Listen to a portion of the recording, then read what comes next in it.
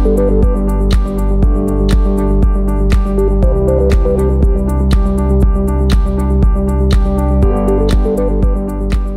probably heard talk about the income gap in the United States, and you may have wondered exactly what that is. Put simply, the income gap is the disparity between those people earning the most annual income compared to those earning the least. The more accurate way to look at the income gap is not by looking solely at income, but instead by factoring in the redistributive effect of taxes and social programs such as Social Security and unemployment insurance. However, even after accounting for the impact of those programs, no matter which metric you look at, income only, or net receipts after redistribution mechanisms, the U.S. is not faring well. The gap between the highest and lowest earners in the U.S. continues to grow at an alarming pace. This social issue has recently been framed as a tale of two parties, the 1% haves and the 99% have-nots. "We are the 99% was the political slogan used by the Occupy Wall Street movement, which was a global protest against growing social and economic inequality. Over the past 3 decades, the share of household wealth owned by the top 0.1%, which is 1/10 of 1%, of U.S. citizens has increased from 7% to 22%. In fact, the richest 0.1%, which is just 160,000 families, now own as much wealth as the bottom 90%, which is 144 million families. Common scapegoats to explain the increasing inequality are globalization and technical change. It is true that U.S. jobs are being displaced and offshored to other countries. However, that fact on its own would suggest that all U.S. citizens should be feeling equal pressure applied to their incomes and living standards. But they aren't. The brunt of the change in the U.S. is being leveled on the lower and middle classes. There are much more fundamental issues driving the widening income gap. Some of the most significant causes are non-economic, they're political. Political power in the U.S. has become increasingly concentrated in the hands of corporations and the extremely wealthy. The wealthy and powerful use their resources and influence to mold the rules of the game to further benefit their own personal interests.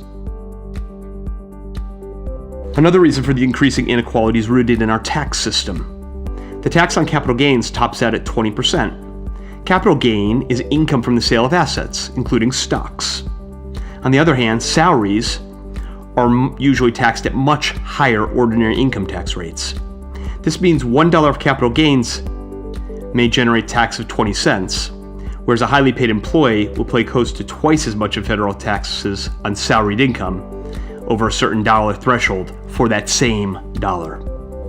This disparity favors the wealthy, who make a large portion of their money from returns on their investments rather than in the form of salaries and wages. The capital gains tax rates are part of the reason Warren Buffett, one of the richest people in the world, pays taxes equal to only 16% of his gross income. In fact, it was Buffett who famously pointed out that his tax rate is less than that of his secretaries. A related tax advantage that favors only a subset of the wealthiest Americans is called the carried interest tax rule. This tax benefit allows partners of hedge funds and private equity funds to classify a large portion of their income as capital gains, subject to the 20% rate, even though it looks a whole lot like normal income. This saves about 2,000 very, very rich individuals roughly $12 billion per year. Other political reasons for the widening income gap include the declining role of unions, relaxed antitrust laws, and financial deregulation, which loosen the restrictions on interstate banking and remove the prohibition between commercial banking and investment banking. All 3 of these political changes have elevated entrenched corporate interests at the expense of the average American. Aside from the political reasons the income gap is widening, there are economic reasons. No doubt you've heard that money makes money. What does that mean, though? One simple example of the power of having money is compounding interest. At 8% interest, money doubles every 9 years. So when you have money saved, it makes money for you. On the other hand, if you're in debt, the opposite is true. You're paying that compounding interest, in which case more and more of your net income goes toward paying off old debt. To illustrate this, take a look at the difference in the final savings accumulated by Emily and Dave. They each save $2,400 per year, although Emily starts 10 years before Dave. She ends up with twice as much money. That's the power of having compounding interest working for you. When a person lives paycheck to paycheck, borrowing money to buy cars and paying for regular living expenses on credit cards, the opposite thing happens. They get caught in a vicious cycle of debt. Those who defend our system and the widening income gap in the US often do so in the name of the free market. The argument is that people who are successful in our capitalist system reap the rewards and are paid what they are worth. While that may seem philosophically sound, it's a bit misleading. To a greater degree every day, our markets are not free. They are controlled by those with the highest share of current wealth and power, who use our increasingly activist government to favor their own interests. The system has largely turned into socialism for the rich and capitalism for the poor. For all its positive attributes, capitalism has its share of problems. One of those problems is what we're talking about today, the widening income gap. The very rich just keep getting richer at the expense of everybody else.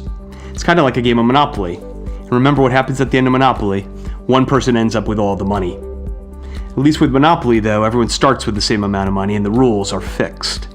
In US-style capitalism, the starting points are wildly different, and those in power, those winning along the way, use their money and influence to adjust the rules to benefit themselves. Hardly a fair game.